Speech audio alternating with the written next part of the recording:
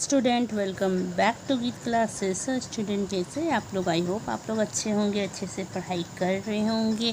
और आज मैं आप लोगों के लिए लेकर आई हूँ पॉलिटिकल साइंस का ये मोस्ट इम्पॉर्टेंट क्वेश्चन आंसर। अगर आपको इसका फुल पीडीएफ चाहिए तो मेरा इंस्टा आईडी गीत क्लासेस है, वहाँ पर मुझे डीएम करिए और इसका फुल पीडीएफ ले लीजिए।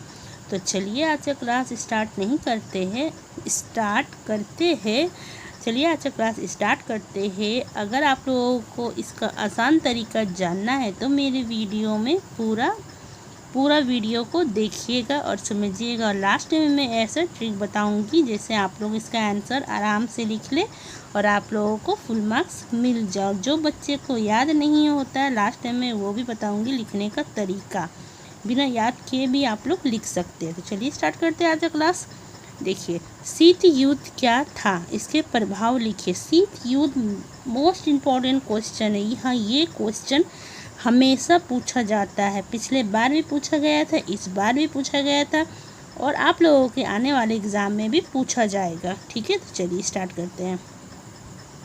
शीत युद्ध क्या था, इसके प्रभाव लिखिए। शीत युद्ध द्वितीय विश्व युद्ध के बाद संयुक्त राज्य अमेरिका और सोवियत संघ के बीच चला। ठीक है, शीत युद्ध जो था ना वो द्वितीय विश्व युद्ध के बाद संयुक्त राज्य अमेरिका और सोवियत संघ के बीच चला था।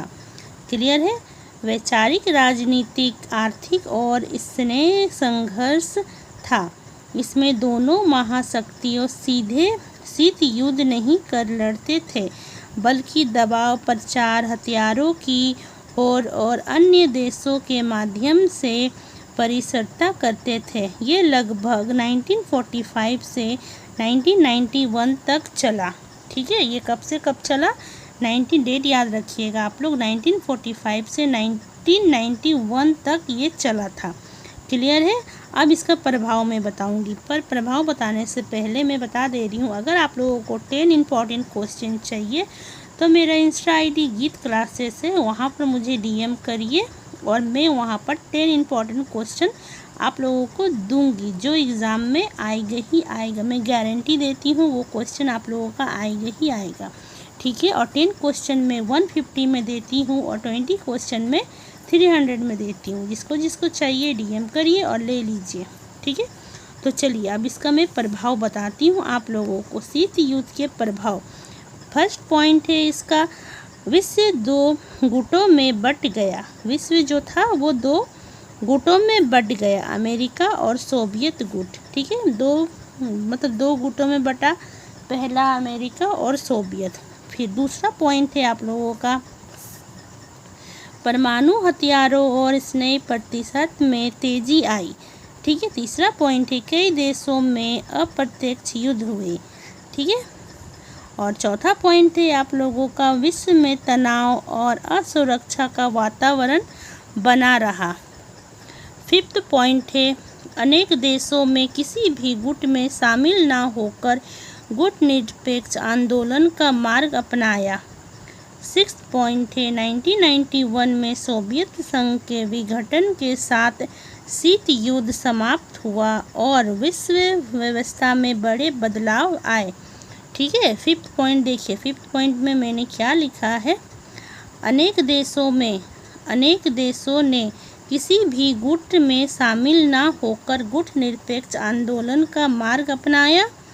बहुत सारा देश गुट में शामिल नहीं हुआ, गुट निरपेक्ष आंदोलन का मार्ग को अपनाया। फिर 6 पॉइंट में मैंने लिखा है, 1991 में सोवियत संघ के विघटन के साथ शीत युद्ध समाप्त हुआ और विश्व व्यवस्था में बड़े बदलाव आए। ठीक है, और फर्स्ट पॉइंट है, विश्व 2 गुटों में बट गया, अमेरिका और सोवियत गुट। दूसरा पॉइंट है, परमाणु हथियारों और स्नेह प्रतिशत में तेजी आई, कई देशों में अप्रत्यक्ष युद्ध हुई।